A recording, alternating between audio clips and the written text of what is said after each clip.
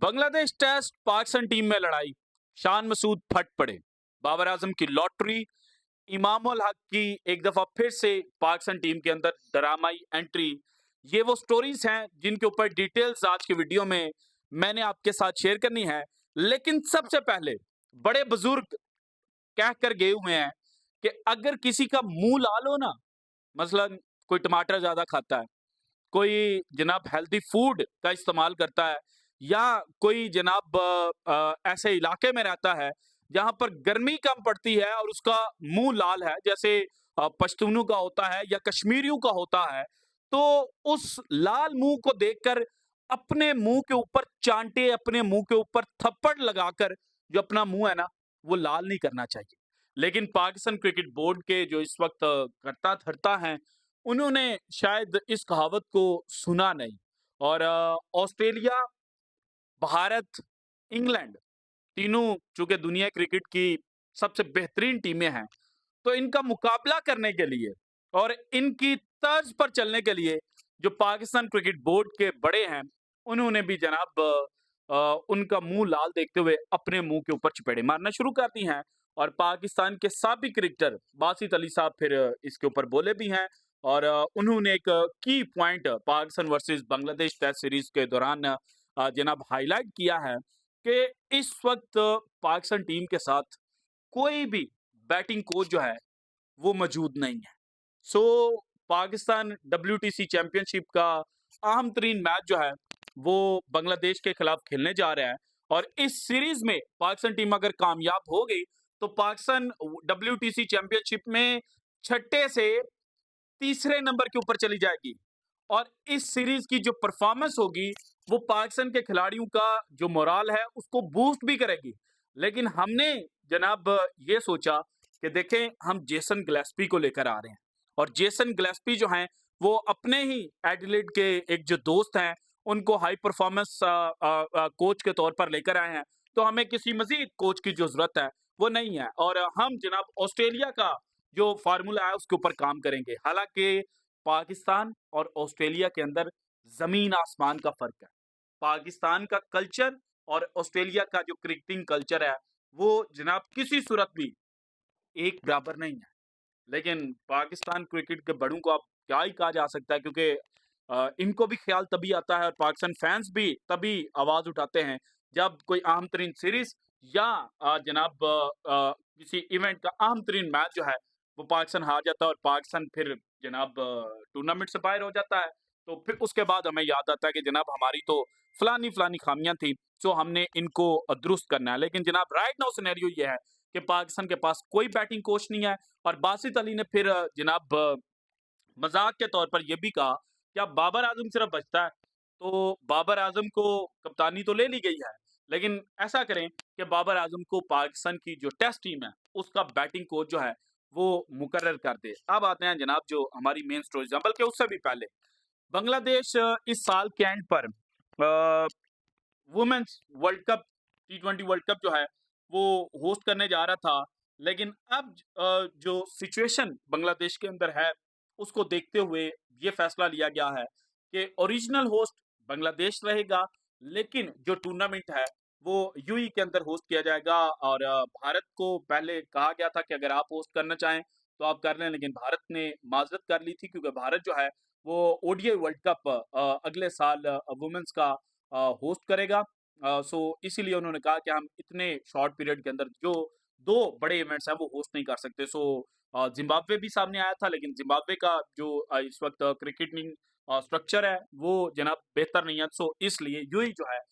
उसको जनाब women's world cup में होस्ट जो है वो डिक्लेयर किया गया, और वहां पर मैचेस जो हैं वो खेले जाएंगे। अब आते हैं जनाब जो हमारी मेन स्टोरीज थी, और सबसे पहले बांग्लादेश टेस्ट। और बांग्लादेश टेस्ट से पहले जो शान मसूद साहब ने प्रेस कॉन्फ्रेंस की है, और उस प्रेस कॉन्फ्रेंस में उन्होंने जनाब जो भी एक पॉजिटिव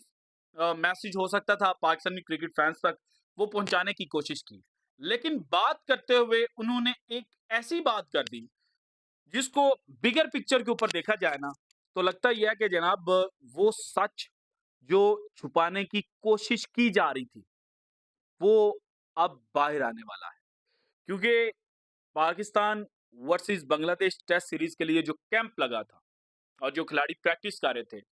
उसमें नसीम शाह ने जब मीडिया इंटरेक्शन किया था तो एक बात उन्होंने ये की थी कि लोग वही बात करते हैं जो उनको नजर आता है। अब वो डायरेक्टली T20 वर्ल्ड कप 2024 को रेफर किया जा रहा था। और अब शान मसूद ने जो बात की है कि जनाब अगर ड्रेसिंग रूम का माहौल अच्छा होगा तो खिलाड़ियों की जो परफॉर्मेंस है वो बेहतर होगी। अगेन जो इंडिकेशन है वो T20 वर्ल्ड कप 2024 या जो पाकिस्तान के ड्रेसिंग रूम का माहौल पिछले कुछ अरसे से बना हुआ है उसकी तरफ है। सो अब अगर पाकिस्तान क्रिकेट के जो मायानाज खिलाड़ी हैं, जो सुपरस्टार्स हैं, वो जनाब ड्रेसिंग रूम के अंदर एक दूसरे के साथ बेहतर रवैया नहीं रखेंगे और एक दूसरे को बैक नहीं करेंगे, तो फिर जनाब जो परफॉर्मेंस है वो हमें नजर आएगी कि बांग्लादेश जैसी टीम है वो भी पाकिस्तान को अपसेट शिकस्त दे सकती है। और अगर बांग्लादेश ने पाकिस्तान को इस सीरीज के किसी भी मैच में शिकस्त दे दी तो फिर जनाब पाकिस्तान क्रिकेट टीम जो तारीख का धारा बदलने की राह पर थी वो जनाब वहीं पर थम जाएगी और बांग्लादेश के खिलाफ और टेस्ट क्रिकेट की जो 150 साल तारीख है वो पाकिस्तान रकम नहीं कर पाएगा।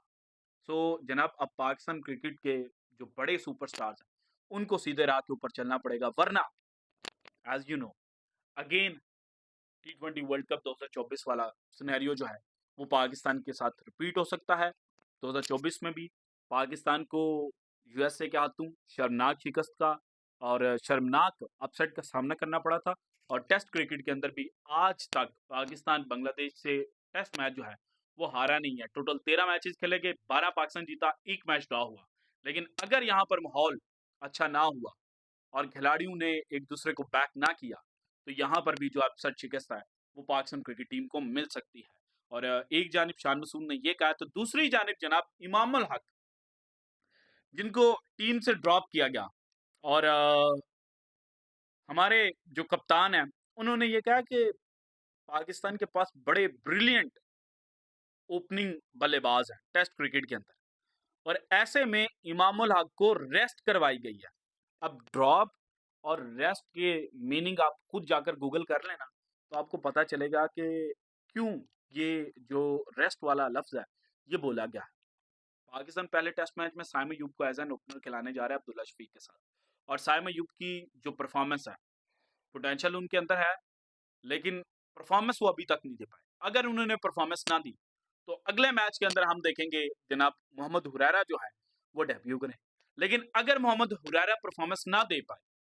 बांग्लादेश के खिलाफ, क्योंकि डेब्यू मैच हो, इंटरनेशनल क्रिकेट का एक्सपोजर डिफरेंट होता है और बांग्लादेश के खिलाफ वो परफॉर्मेंस ना दे पाए तो देन क्या होगा। इंग्लैंड वाली सीरीज में अगेन इमाम उल हक जो है वो पाकिस्तान टीम के अंदर हमें नजर आएंगे और शायद इंग्लैंड के खिलाफ जो सीरीज हो उसमें इमाम परफॉर्मेंस दे जाएं। लेकिन जब पाकिस्तान साउथ अफ्रीका के अंदर खेलेगा इन दिसंबर एंड जनवरी, क्योंकि